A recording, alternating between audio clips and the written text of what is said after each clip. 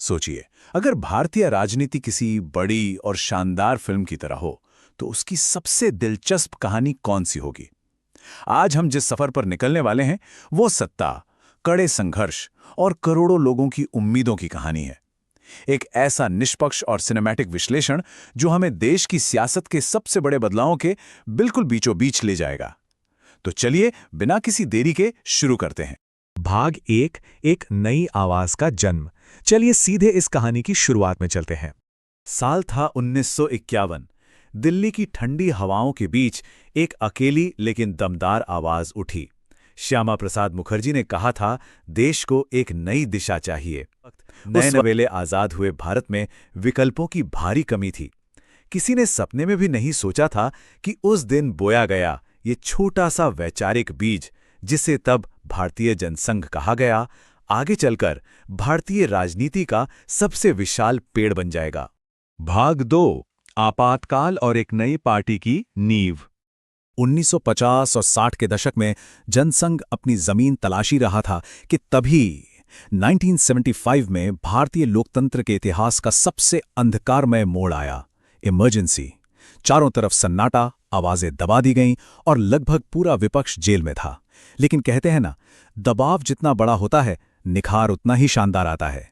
इसी घुटन के बीच अटल बिहारी वाजपेयी और लाल कृष्ण आडवाणी जैसे नेता एक बेहद मजबूत आवाज बनकर उभरे। जैसे ही इमरजेंसी का वो काला साया हटा, देश की सियासत पूरी तरह से बिखर गई। और इसी उथल पुथल के बीच 6 अप्रैल 1980 को जन्म हुआ एक बिल्कुल नई पार्टी का, भारतीय जनता पार्टी।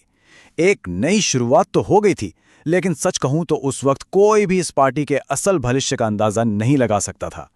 और अब आता है भाग 3 1984 2 सीटों का संघर्ष। देखते हैं कि कहानी यहां से कैसे आगे बढ़ती है।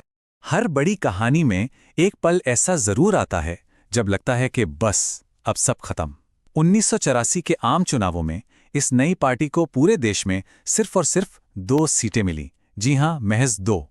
उस वक्त बड़े बड़े राजनीतिक पंडितों ने कह दिया था कि ये कहानी तो शुरू होने से पहले ही खत्म हो गई। ये वाकई एक बेहद मुश्किल और नाउम्मीदी भरा दौर था। लेकिन पिक्चर अभी बाकी थी। 1990 के दशक में देश की सियासत में एक जबरदस्त उबाल आया। लाल कृष्ण आडवाणी की रथ यात्रा और राम मंदिर आंदोलन ने इस पूरी स्क्रिप्ट को ही पलट कर रख दिया। ये वो टर्निंग पॉइंट था जिसने इस पार्टी को शहरों से निकालकर सीधे सुदूर गांवों और कस्बों की चौपालों तक पहुंचा दिया। अब ये सिर्फ एक पार्टी नहीं, एक विशाल जन आंदोलन की ताकत बन चुकी थी।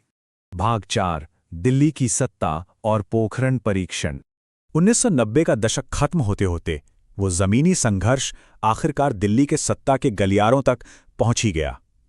1998 में अटल बिहारी वाजपेयी ने देश के प्रधानमंत्री पद की शपथ ली। उनकी वो ठहराव भरी आवाज, उनकी कविताएं और उनकी राजनीतिक समझ ने आम जनता पर एक गहरा जादू किया। उन्होंने न सिर्फ गठबंधन की सरकार को कामयाबी से चलाया, बल्कि देश को एक नया और स्थिर नेतृत्व भी दिया।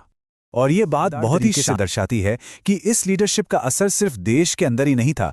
पोखरण में जो परमाणु परीक्षण हुए, उसने पूरी दुनिया को चौंका के रख दिया। भारत अब दुनिया के नक्शे पर एक बेहद मजबूत, आत्मविश्वास से भरी और एक ऐसी ताकत बन चुका था जिसे कोई भी नजरअंदाज नहीं कर सकता था। चलिए अब चलते हैं भाग 5 की तरफ। 2014 एक नई राजनीतिक लहर। अब हम इस सफर के उस क्लाइमैक्स पर हैं जिसने आधुनिक भारतीय राजनीति को हमेशा के लिए बदल दिया। लेकिन यहां एक बड़ा सवाल है, 2013 में आखिर ऐसा क्या हुआ? अचानक से सियासत के मंच पर एक नया चेहरा उभरा जिसकी लोकप्रियता किसी रॉकेट की तरह आसमान छूने लगी थी। वो चेहरा था नरेंद्र मोदी का।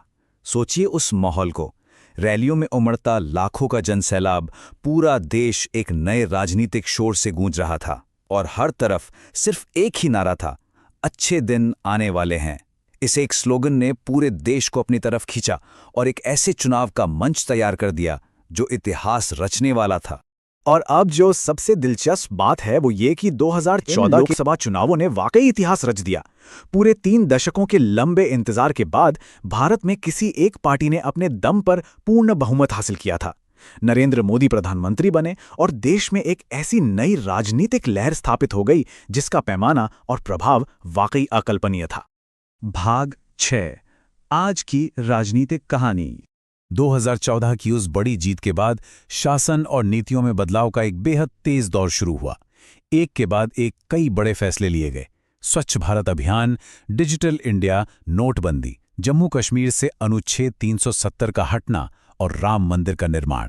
अगर हम बिल्कुल निष्पक्ष होकर देखें तो इन फैसलों को समाज के एक बड़े हिस्से का जबरदस्त समर्थन मिला, तो वहीं दूसरी ओर इनका कड़ा विरोध भी हुआ।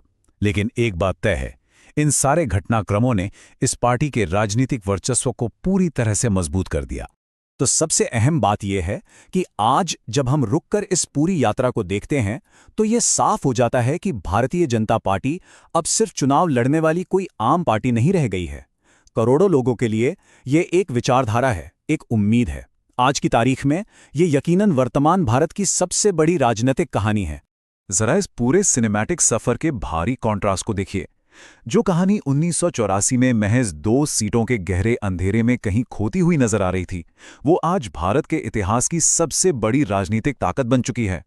क्या आने वाले वक्त में हमारी राजनीति ऐसे ही किसी और अकल्पनीय बदलाव की गवाह बनेगी? इस बारे में जरूर सोचिएगा। आज के इस सफर में हमारे साथ जुड़ने के लिए